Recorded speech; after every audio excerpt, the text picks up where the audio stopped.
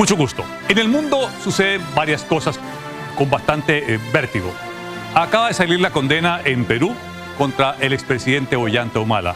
En el mundo, el duelo por el fallecimiento del Premio Nobel de Literatura, Mario Vargas Llosa. Y por supuesto, el cruel asalto de las tropas rusas que continúan asediando a los efectivos de Ucrania. Eso en medio de un alto al fuego que no se materializa. Vamos a ir de inmediato con la alianza en Lima para entender las claves de esta sentencia que condena por corrupción al expresidente de esa nación y su esposa Ollanta Humala.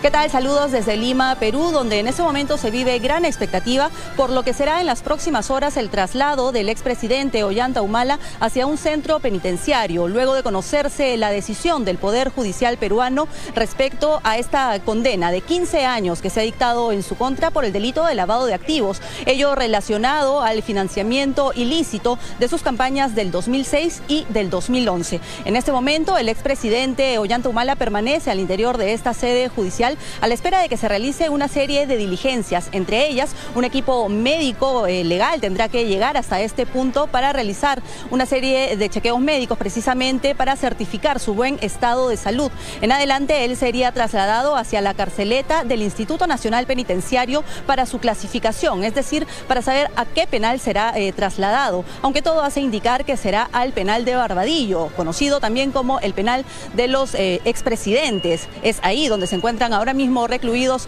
Pedro Castillo y Alejandro Toledo. En tanto, esta condena de 15 años también recae sobre su esposa, Nadine Heredia, la ex primera dama, que en este momento no se conoce exactamente su paradero. Ella recientemente fue sometida a una intervención quirúrgica. Todo hace indicar que estaría en una clínica local, pero todavía la policía fiscal está en su búsqueda para determinar su punto exacto, su ubicación. Es la información que tenemos. Vamos a estar a la expectativa de lo que ocurra entonces en las próximas horas con la llamada expareja presidencial. Informó desde Lima, Perú, Maricé Vegas, para la Alianza Informativa Latinoamericana.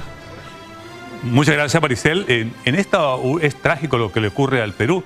La mayoría de sus expresidentes han terminado en prisión, cada uno de ellos acusados por corrupción.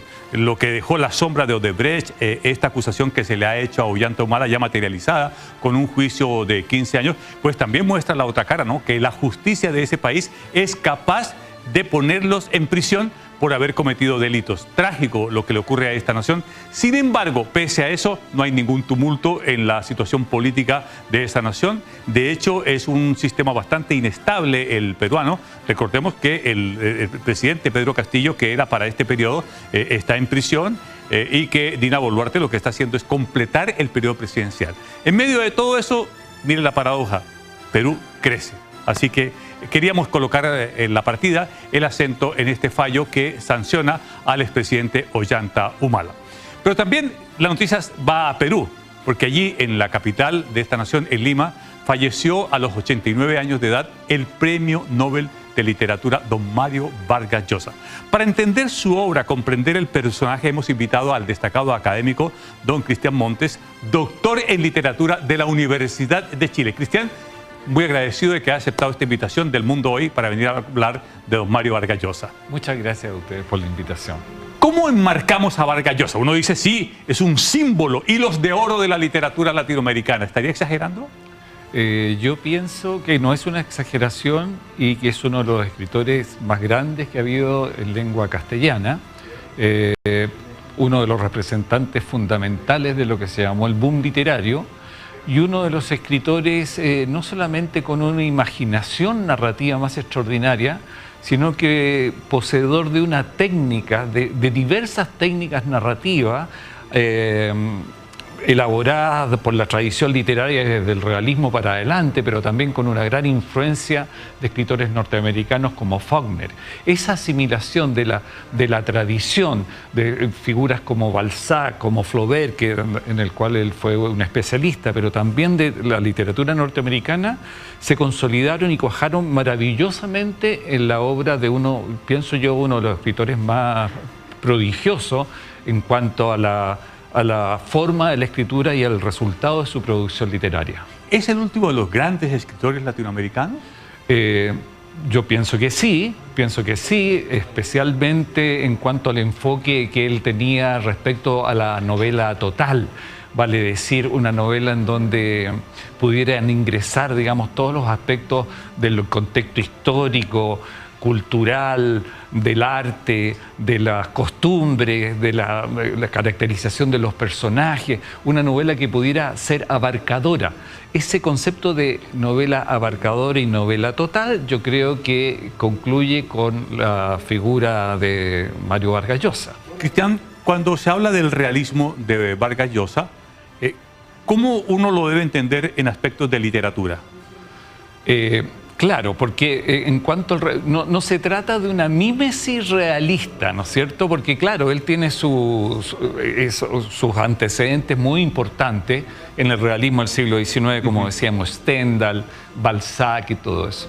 Pero en el ámbito donde él escribe, donde escribiera en Europa o en Latinoamérica, los mundos representados por él rebasan la idea de ese realismo tradicional, del concepto realismo que tenemos desde el punto de vista más originario, sino que es un realismo que se nutre, por ejemplo, de muchas otras corrientes, de aspectos del surrealismo muchas veces, incorpora, por ejemplo, también en otros ámbitos, la dimensión de un humor muy particular, aspectos como ese, por ejemplo, un humor que se puede encontrar en Pantaleón y las visitadoras, o la tía Julia y el escribidor, ¿no es cierto?, que nos sacan del realismo, el realismo más ortodoxo como lo entendemos generalmente. Entonces es un realismo pero con características, es como una resignificación del realismo desde el punto de vista del tiempo donde se desarrolló el boom literario y lo que continuó.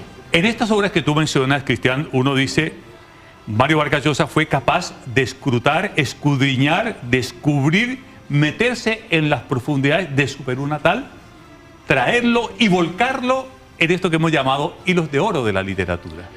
Sí, eso fue extraordinario porque esos hilos, esas concatenaciones, esos vasos comunicantes también se dieron, por supuesto, con Europa, ¿no es cierto? Entonces, en el ámbito del Perú, sus tres primeras novelas, La Casa Verde, ¿cómo se llama?, la segunda, bueno, La Catedral, ese que se llama Conversación en la Catedral.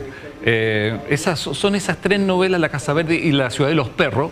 Claro, el foco es la cultura peruana y las denuncias de sus vicisitudes, de su corrupción, de la tendencia autoritaria y todo, pero él llevó ese tipo de reflexiones también a salir a otros ámbitos que no le pertenecían justamente al Perú, a la República Dominicana, por ejemplo, otros en el Congo africano.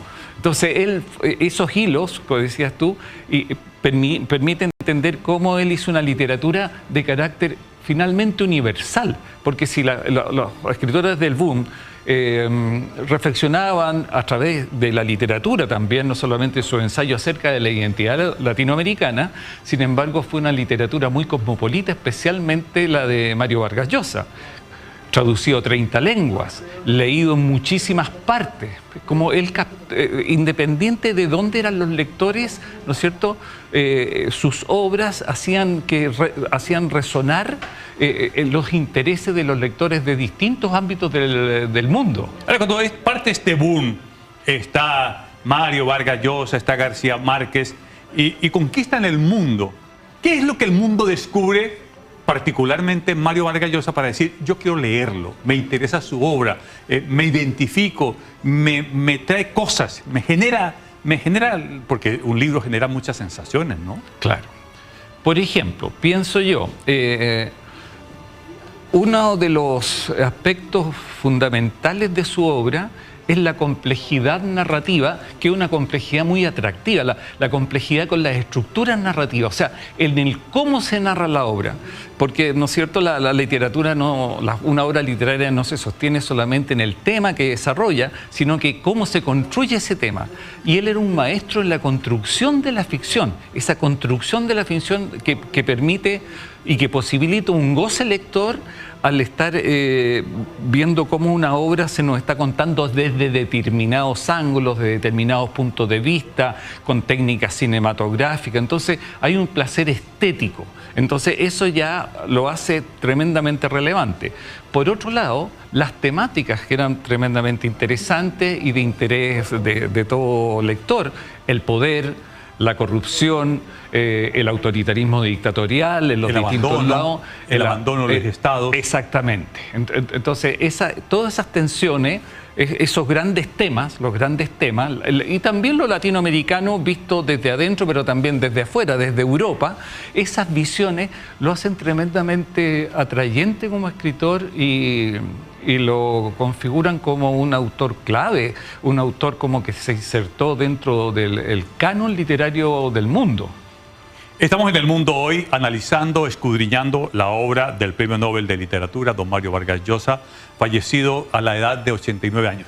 Pero no solamente escritor de tejido literario, como diría mi abuela, sino escritor articulista, polemista. Son otras características de Vargas Llosa.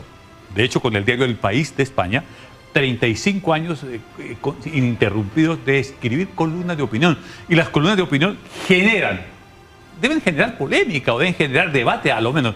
¿Cuál era el interés de Vargas Llosa de escribir como columnista en un diario?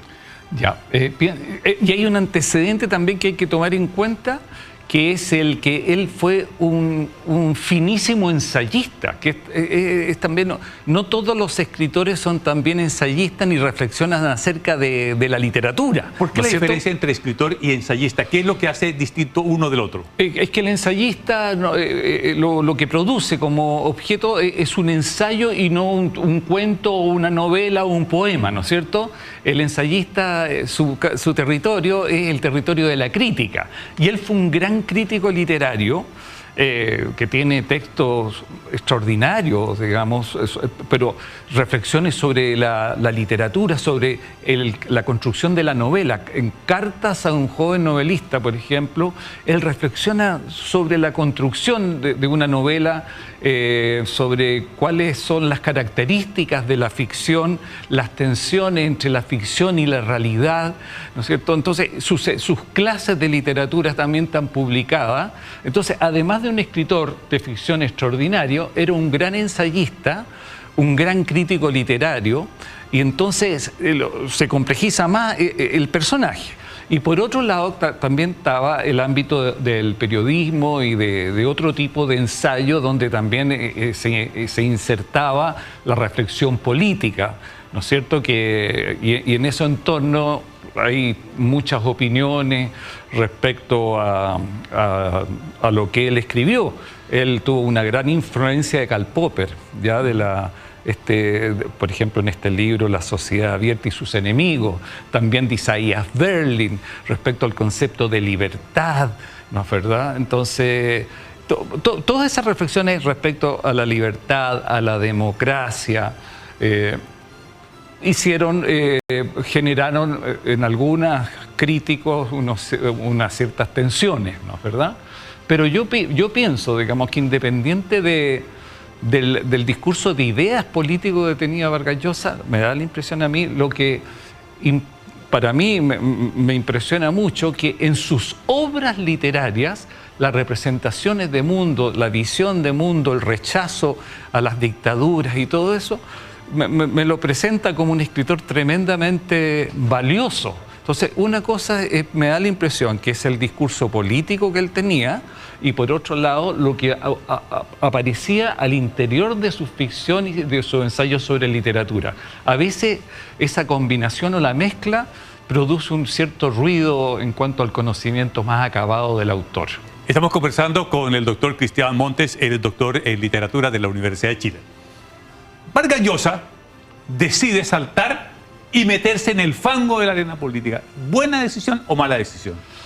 Yo le recuerdo que cuando él tomó esa decisión, en el ámbito de los escritores había una cierta desazón, porque claro, podía él hacer una carrera política, pero se iba a perder seguramente uno de los autores más relevantes del siglo XX, que muy difícil encontrar un autor con esa como te decía, con esas características de él, ¿no es cierto? Su mirada, sus puntos de vista al interior de las narraciones, o sea, habría sido una pérdida muy grande para la literatura del mundo. Entonces, ¿lo habrá frustrado mucho haber perdido con Fujimori, o Vargas Llosa era conocido por apenas una capa de intelectuales en Perú? Pareciera ser, a juzgar por los resultados electorales de ese proceso, cuando él se mide con Alberto Fujimori por allá en el año 1990. Yo no sé realmente cuál era cuál era el territorio político ni su accionar en ese ámbito, ¿eh? Porque como siempre estuve muy ligado siguiéndolo como autor, y como autor siempre me parecía fascinante hasta las últimas cosas que escribió. Yo también pensaba que habría sido una lástima que al continuar en la política y ya no pudiera escribir, porque era un hombre que trabajaba muchas horas diarias con sus novelas. Entonces, eso habría sido finalmente lamentable que hubiera sido presidente, a lo mejor. Cristian Montes, en una línea, ¿qué queda en el epitafio de Mario Vargas Llosa? Yo pienso que hacia la altura como de Juan Rulfo, figuras de ese tipo, uno de los más grandes escritores de todos los tiempos, no solamente el latinoamericano ni del siglo XX. Yo creo que a la altura de escritores desde Cervantes para adelante, digamos, Joyce, de lo mejor que ha dado el mundo en eso. Muchas gracias, doctor Cristian Montes, por haber venido a ayudarnos a contextualizar la vida y obra de Mario Vargas Llosa, quien fallece a los 89 años de edad. Vamos de inmediato a tomar contacto con Roma, con Mariana Díaz, para ver el impacto que nos deja el último ataque que han realizado las tropas rusas sobre el territorio ucraniano. Muy buenas tardes, Mariana.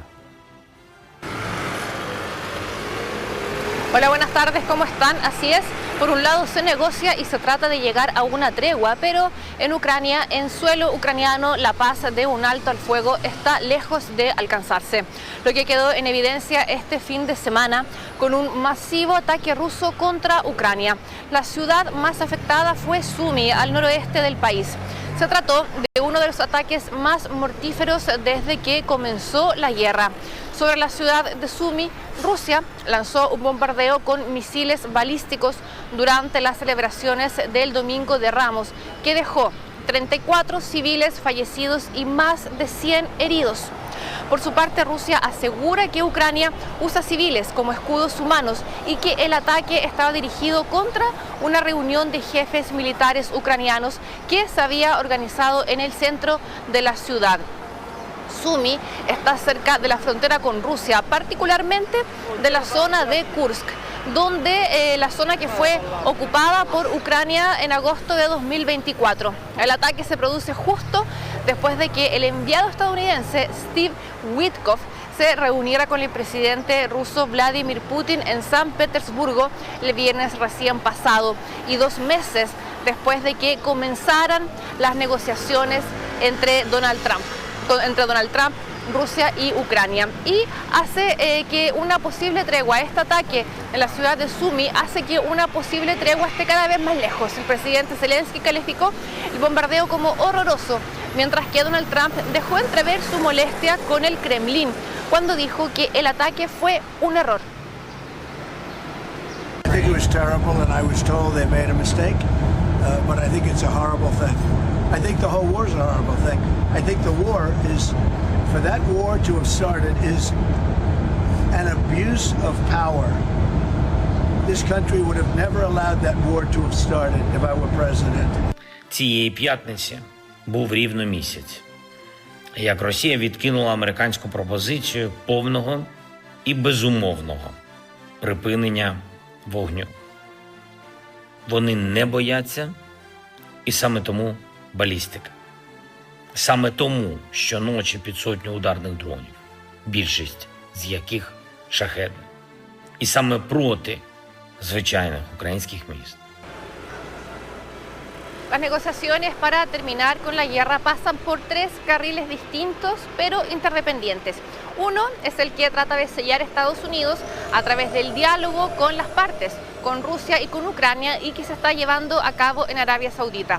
Otro es el diálogo entre Washington y Kiev para cerrar un acuerdo en torno a la explotación de tierras raras ucranianas y recursos naturales de aquella nación. Y el otro es la línea directa que se mantiene con Moscú. Durante una entrevista televisiva que se grabó, eso sí, antes del ataque en Sumy para el programa 60 Minutos de la emisora estadounidense CBS, Zelensky invitó a Donald Trump a visitar Ucrania para comprender mejor la devastación que ha sufrido el país desde la invasión rusa. Solo después de ver la situación de Ucrania se puede avanzar en el plan para terminar la guerra, dijo el presidente ucraniano. Come, look, and then let's move with the plan how to finish the war. You will understand with whom you have a deal. You will understand what Putin did, and we will not prepare anything. It will not be theater with preparing actors in the streets and etc. We don't do this. We don't need it. Y en medio a la tormenta por los aranceles de Donald Trump, la Unión Europea trata de reaccionar de la mejor manera posible para proteger su economía. En primer lugar, asegura que prefiere la vía de la negociación con Estados Unidos, pero también busca estrechar lazos con otros socios comerciales, como por ejemplo con los países de Asia Central, con India o con el Mercosur. Y también trata de intensificar el intercambio con países como Chile. De hecho, en febrero entró en vigor un acuerdo que amplía la lista de productos chilenos que pueden ingresar con preferencias arancelarias a la Unión Europea. Pero como ya les decíamos, el viejo continente prefiere negociar. Y este jueves la primera ministra italiana, Giorgia Meloni, que mantiene una relación muy cercana con Donald Trump, viajará a Washington para, entre otras cosas, tratar de convencer al presidente estadounidense de un acuerdo de aranceles cero entre la Unión Europea y Estados Unidos. Y el viernes estará de vuelta aquí en Roma para recibir y acoger al vicepresidente J.D. Vance, y que se va a reunir siempre con Giorgia Meloni aquí en la capital italiana. Así que veremos cómo va el resultado de aquellas negociaciones que tendrán lugar esta semana acá en Italia. Yo les agradezco por su atención y nos vemos el próximo martes. Que estén muy bien. Muchas gracias, Mariana, por este completo informe y análisis de lo que está ocurriendo en el viejo continente. Y hasta aquí llegamos al Mundo Hoy. Muchas gracias por habernos acompañado. Que tengan todos ustedes muy buenas tardes.